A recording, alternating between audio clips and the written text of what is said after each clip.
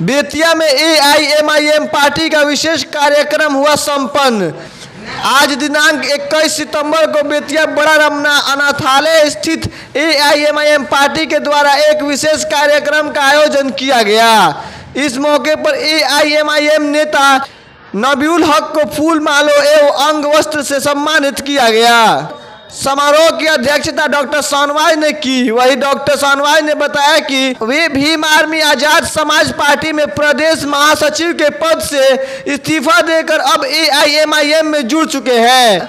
उन्होंने कहा कि अब मैं जिंदगी भर एआईएमआईएम के साथ रहूंगा और मैं पश्चिम चंपारण बेतिया से विधानसभा उम्मीदवार दावेदार रहूंगा। जिला अध्यक्ष ने अपने संबोधन में कहा कि एआईएमआईएम हमेशा हक और इंसाफ की लड़ाई लड़ती रही है और मुसलमानों और दलितों को न्याय दिलाने तक लड़ती रहेगी। इस कार्यक्रम में सैकड़ों की संख्या में युवाओं ने बढ़ चढ़ कर हिस्सा लिया और पार्टी की सदस्यता ग्रहण की। वही युवाओं ने नारेबाजी और जय जयकार भी किया। पार्टी को आगे बढ़ाना है और रही कि ये बिहार की जर्जर स्थिति जो है, इस स्थिति को देखते हुए हमारी पार्टी बहुत मजबूती से पूरे बिहार में इलेक्शन फाइट करेगी और इंशाल्लाह हमारी सरकार बनेगी। और रही कि हम जो तेजस्वी के पास जो गठबंधन करना चाहते थे, इसमें बी टीम का जो हम पर एलिगेशन लगता था, इस एलिगेशन को दिखाना था कि हम बी टीम नहीं है, कि आप भी हमें गठबंधन में ले लें। हमारी नुकसान 4 विधायक को हमारी खरीदी गई और एक विधायक बनना कितना मुश्किल होता है। 5 विधायक हम जीते हुए थे, 4 विधायक उन्होंने तोड़ लिया, तोड़कर खरीद लिया बेईमानों को। बेईमान तो चले गए, लेकिन बेईमानों को अभी हम सब सबक सिखाएंगे।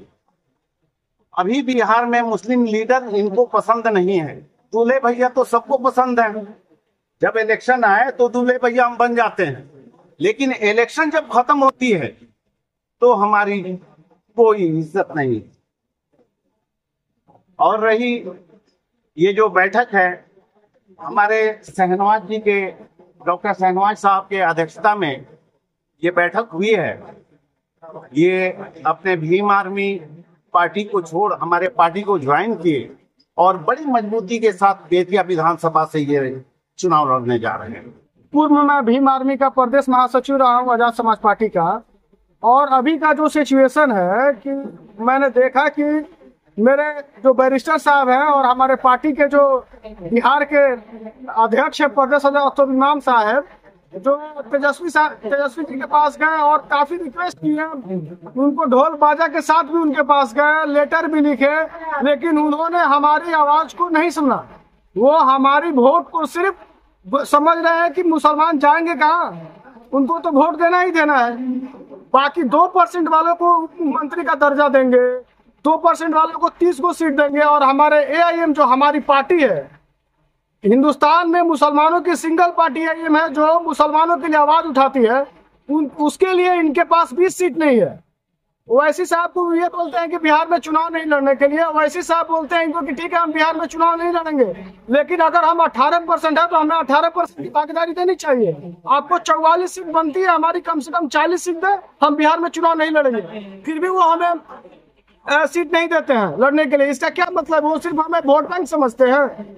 इसलिए मैंने भीम आर्मी छोड़ा और अपने ओवैसी साहब की पार्टी को ज्वाइन किया और ताउम्र में ओवैसी साहब की पार्टी में रहूंगा।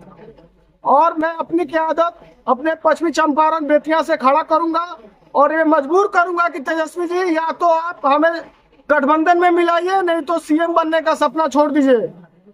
बिना हमारे आपको कुर्सी नसीब नहीं होने वाली है। आप जो हमें दरी बिछाने वाले समझ रहे हैं, आप जो हमको वोट बैंक समझ रहे हैं, ये नहीं चलेगी। आप हमको भी हिस्सेदारी देनी होगी।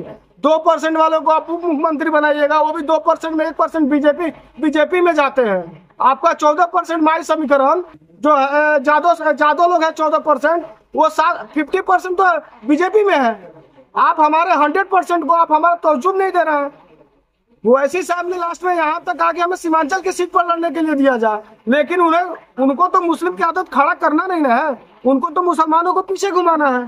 तो कब तक वो हमको घुमाते रहेंगे? अब मुसलमान जागरूक हो गए, या तो उन्हें AIM के साथ गठबंधन करना होगा, नहीं तो CM बनने का सपना भूलना होगा।